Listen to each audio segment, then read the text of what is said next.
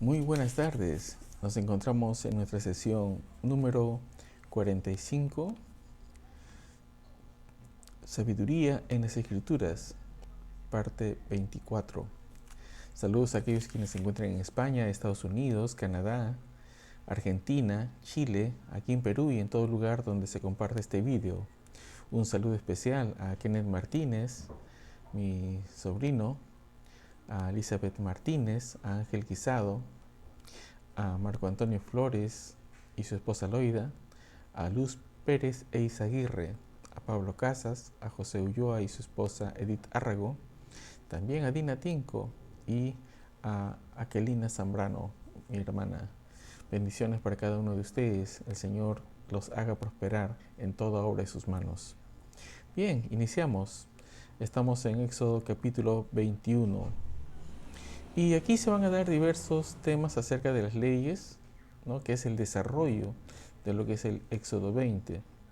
Y alguien me dirá, pero en este capítulo se ven las leyes sobre los esclavos y no estamos en esa época. Y es verdad.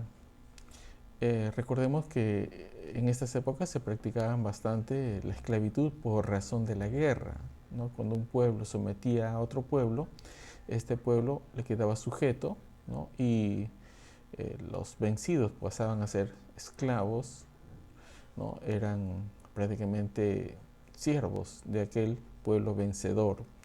Y este es un aporte, digamos, desde la antigüedad, como estas normas aportaron mucho acerca del tratamiento que tenían que tener los esclavos. Entonces, es un aporte del derecho. ¿Qué es lo que dice en los primeros versos? Dice, estas son las leyes que les propondrás, dice ahí, ¿no?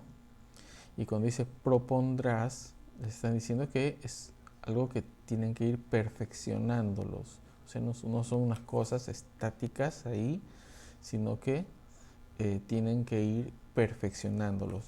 Ya en el tiempo esto ha sido ya pues poco a poco desechado de muchas comunidades, de modo tal de que se evite la esclavitud. Dice, si comprares siervo hebreo, 6 años servirá, mas el séptimo saldrá libre de balde. ¿No? Si entró solo, solo saldrá. Si tenía mujer, saldrá él y su mujer con él. ¿No? Entonces se les daba ciertos derechos y solamente podrían servir 6 años. ¿Y por qué es no para siempre? Porque era de su nación, ¿no?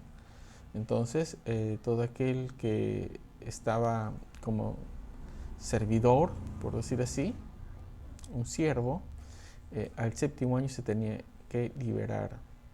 Y esto en razón de que también, en razón de que Adonai no nos quiere ver esclavos para siempre, ¿no?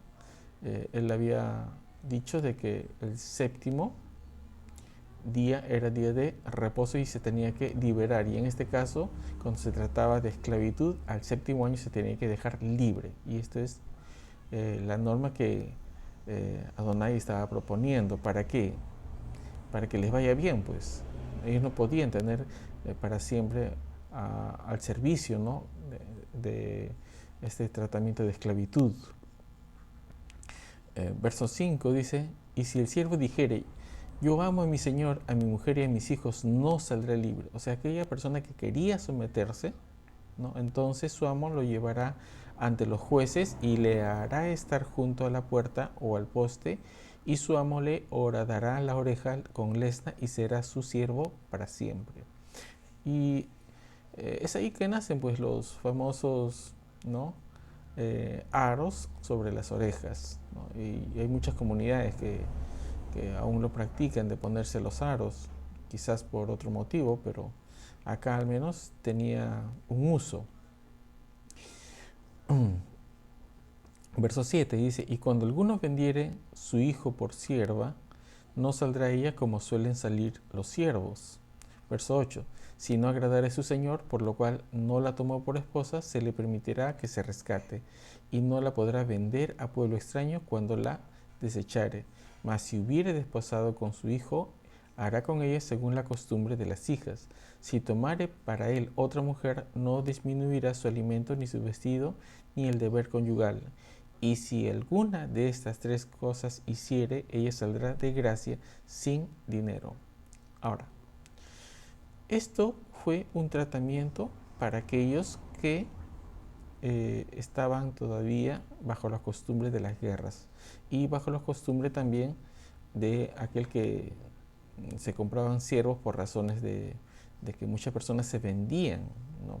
por razones de la hambruna, por razones de que no tenían medios para subsistir, habían pobres en la tierra. Ahora, no podemos decir esto que se realice ahora porque es la ley, no. No podemos hacer eso. ¿Por qué razón? Porque recuerden que las leyes se perfeccionan, se consideran, se modifican, ¿no? Pero no es algo como la Constitución misma.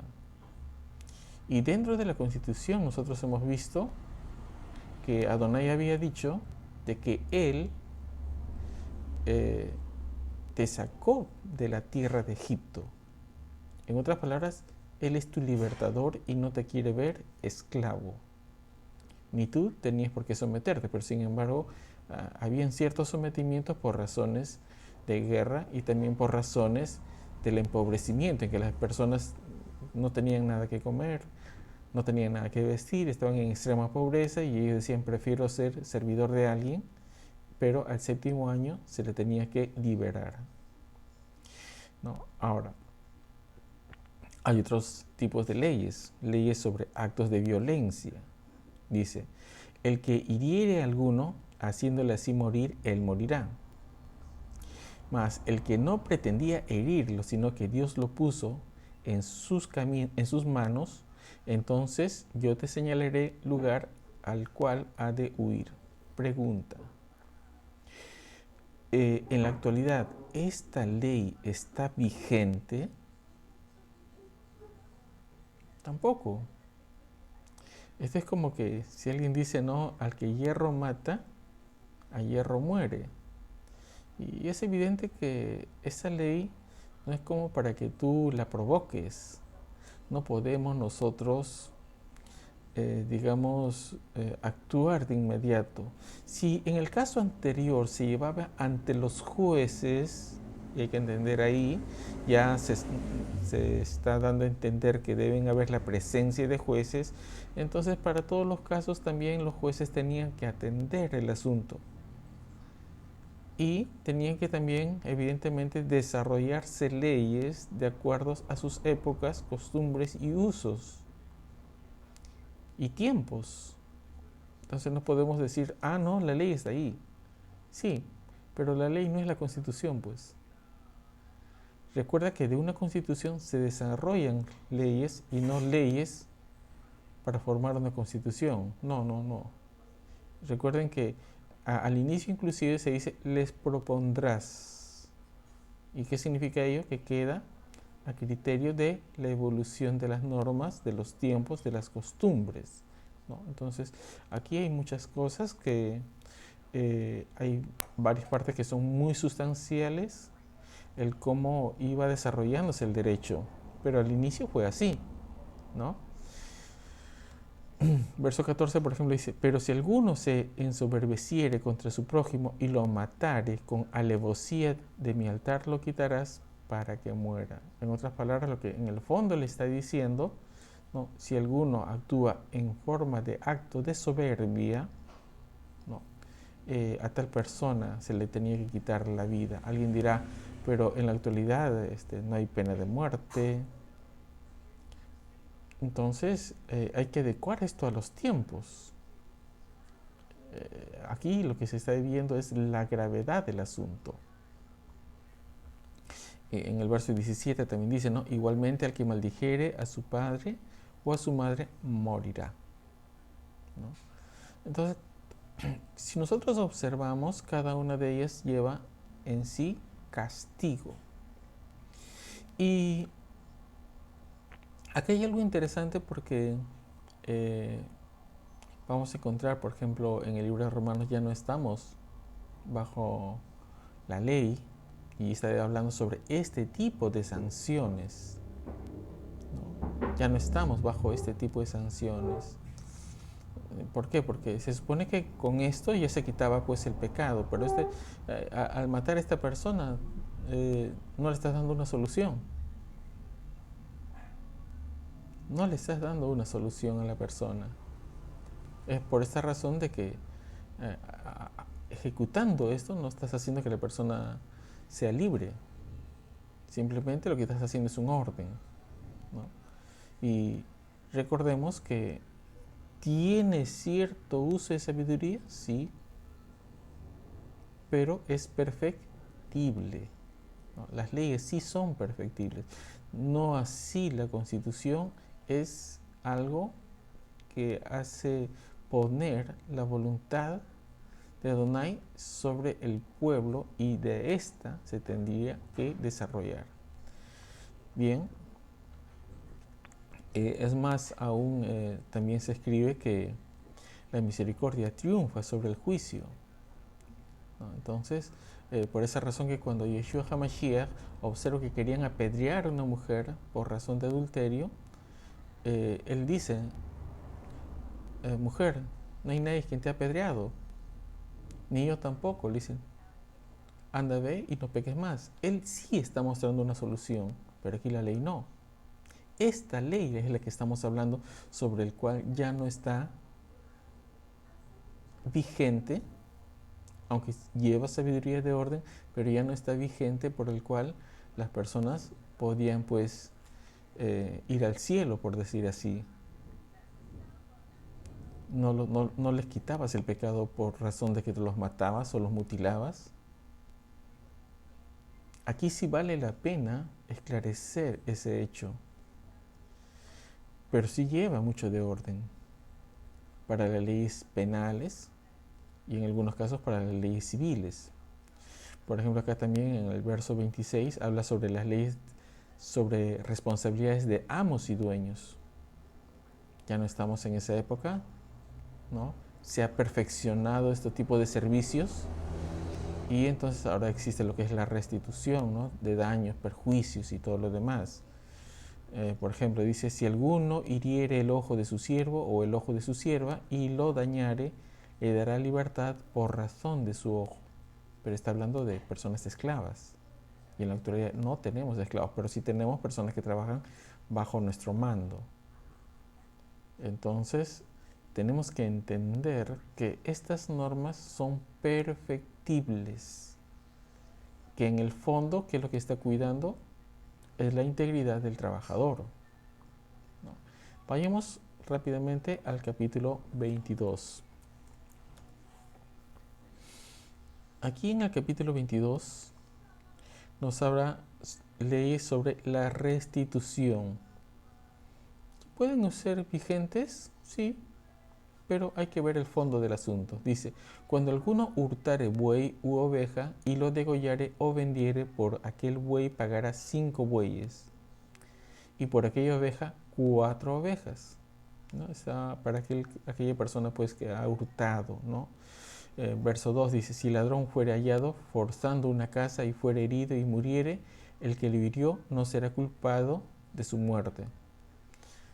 Como les mencionaba, son leyes perfectibles. En la actualidad tenemos normas legales que son de tipo penal que se encargan de hacer los ajustes necesarios de las penas que debe imponerse a cada individuo y de acuerdo también a esas circunstancias. Entonces, hay que tenerlos en cuenta. Sin embargo, son los primeros pasos que se dan, por ejemplo, en este caso, sobre las leyes penales. También hay leyes humanitarias, qué interesante. Y dice, si alguno engañare a una doncella que no fuere desposada y durmiere con ella, deberá dotarla y tomarla por mujer. Verso 17. Si su padre no quisiere dársela, él le pesará plata conforme a la dote de las vírgenes. ¿Y por qué aquí, por ejemplo, no se habla sobre lo que es la fornicación? Porque no es un término que es utilizado en el lenguaje hebreo. Pero acá habla sobre el engaño, ¿no? Dice, si engañare a una doncella que no fuere desposada, ¿esto qué quiere decir? Que había una promesa. Entonces él tenía que hacer una restitución. ¿Y el engaño tiene sus consecuencias? Sí, tiene consecuencias. Y lo primero que tenía que restituir en ella era su honor, y en este caso, si es que agradara a la mujer, si es que el padre estaba de acuerdo, pues lo hacía casar. O si no, tenía que darle una dote, ¿no? Y vamos a ver también castigos en algunas ocasiones, ¿no? Pero también hay estos tipos de leyes que tienen que ver con los aspectos sexuales, ¿no? Eh, Verso 18 dice, a la hechicera no dejarás que viva, ¿no? Después dice, por ejemplo, cualquiera que cohabitare con bestia morirá. Ahora, acá hay que entender algo. Esto es una propuesta de normas legales perfectibles. En la actualidad hay muchos que se hacen llamar hechiceros y tantas cosas, y se les da la libertad de actuar, ¿no? Igual las personas que cohabitan con animales tienen esa libertad y nadie les dice absolutamente nada. En el tiempo esto se ha ido perfeccionando para que las personas se escojan y se desarrollen, por decirlo así. Pero para el pueblo hebreo, un pueblo escogido, un pueblo que se denomina santo o, en otras palabras, descontaminado, pues se tenía que considerar como propuesta, ¿no? Que tenía que ser muerto por la comunidad que lo acogía. Ahora, les mencionaba que esta es una propuesta, que ellos tenían que perfeccionarlo, ¿sí? En la actualidad se ha perfeccionado mucho. Tan es así que cada persona se desarrolla como mejor le parece. No podemos nosotros juzgarlas, ¿no? En ese aspecto, pero lo único que sí, si Adonai está diciendo que no practiquemos tales cosas, es porque no nos van a permitir desarrollarnos a nuestra máxima capacidad y beneficio para nosotros mismos, ni establecer una buena relación con Adonai, con esas prácticas que son prohibidas. Lo que en el fondo te está diciendo son estas cosas que no me agradan. Puede ser que a las personas le agraden, pero a Adonai no le agrada, ¿no? No de que Adonai me tiene que entender que no, simplemente nos dice no le agrada. Vamos a continuar con estos análisis, estudios, algunas cosas, por ejemplo, podemos rescatar de ellas qué es lo que no es sabio, ¿no? Y por ejemplo, para Adonai es sabio no solamente desechar estas cosas, ¿no? Sino dice aborrecerlas. Y ahí consiste el temor de Adonai, ¿no? Que es aborrecer el mal. Bendiciones, continuaremos el día de mañana. Shalom.